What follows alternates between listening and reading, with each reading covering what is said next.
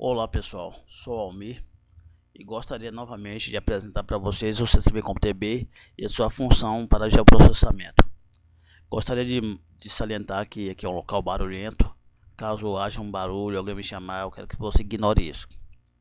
Então, como podemos observar, o CSV-CompTB, além de função de geoprocessamento, ele tem também funções exclusivas para dados genéticos. Mas nesse momento, falando sobre a questão do geoprocessamento, gostaria de mostrar para vocês o projeto do Topodata do INPE. O projeto do Topodata do INPE é um sistema em que qualquer pessoa pode baixar dados geográficos a respeito de terreno de todo o Brasil. O mapa do Brasil inteiro está representado aí. No meu caso desse projeto, eu uso os dados em formato bitmap em escala de cinza que representam o terreno do Brasil, onde as cores mais claras representam as altitudes maiores. Depois que eu estudei todo esse procedimento, eu percebi que o mapa está representado em 64 níveis de altitude, fazendo uma escala aí de 0 a 2.000 metros. Então temos aí aproximadamente 38 metros por cada escala, sendo que a representação de cada pixel representa em média 36,6 metros quadrados. Então, a partir disso, eu criei a função STL do banco CSV-CompTB que o usuário poderá usar normalmente. E então eu baixei vários mapas, do Brasil. Aí eu recortei alguns mapas para ser usado nessa experiência. Temos aqui um arquivo chamado new.bitmap em escala de cinza que representa um trecho do mapa. Então aqui no prompt do editor do CSV-CompTB, que está instalado dentro da pasta cdbdist, então eu escrevi alguns scripts.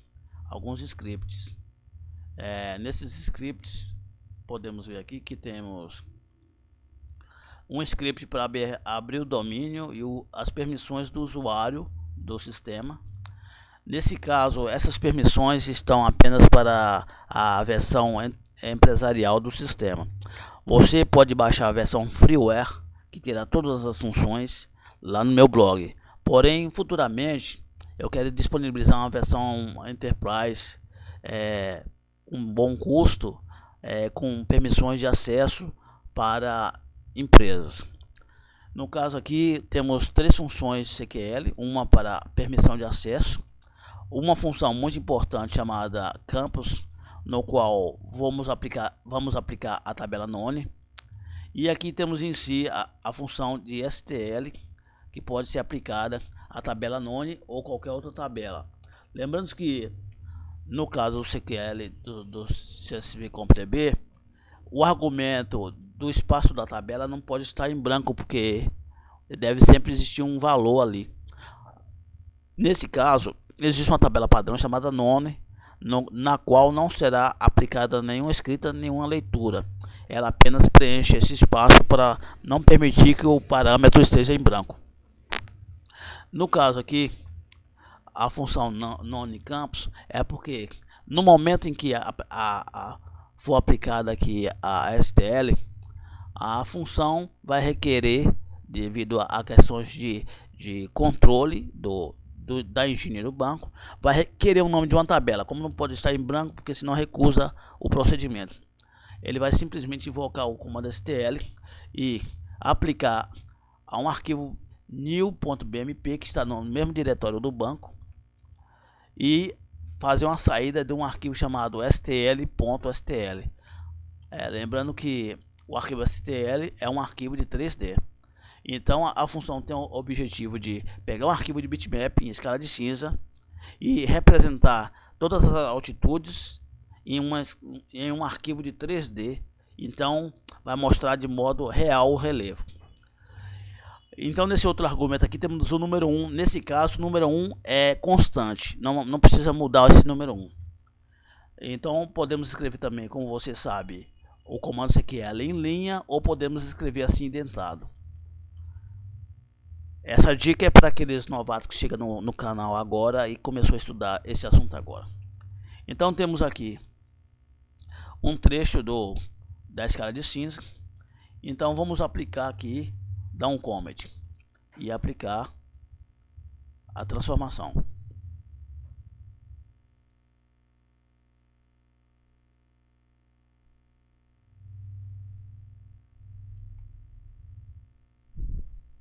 Lembrando que eu tenho pouca memória RAM e meu computador concomitante com o vídeo faz com que todo procedimento seja demorado.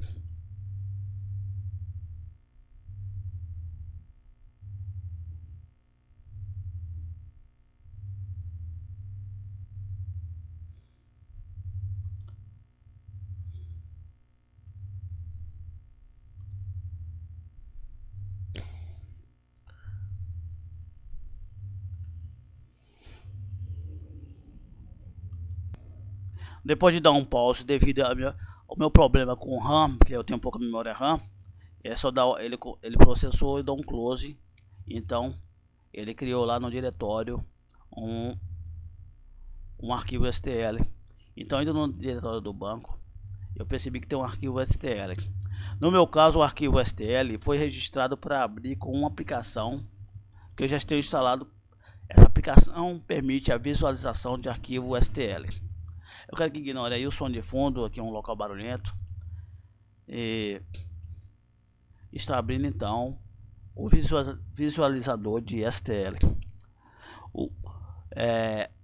Tem um plugin também que pode ser colocado no Google SketchUp. Um Google que permite você abrir STL no Google SketchUp. E a partir disso você pode redimensionar então o SketchUp, a imagem para o tamanho que você quiser e pôr na sua escala. Aqui então temos a representação em 3D da superfície que foi analisada. Vamos observar aqui então. Uma outra coisa que notei durante a execução é que a API do Windows, que abre a imagem de bitmap, não pode estar aberta enquanto o banco estiver sendo executado, porque a API do Windows trava a imagem e não permite a escrita durante a execução. Então temos aqui a escala de cinza sendo representada em 3D. Eu gostaria então de agradecer, e você pode baixar o programa no meu blog, e vai estar aqui debaixo também algumas coisas sobre os meus produtos que você pode comprar. Obrigado.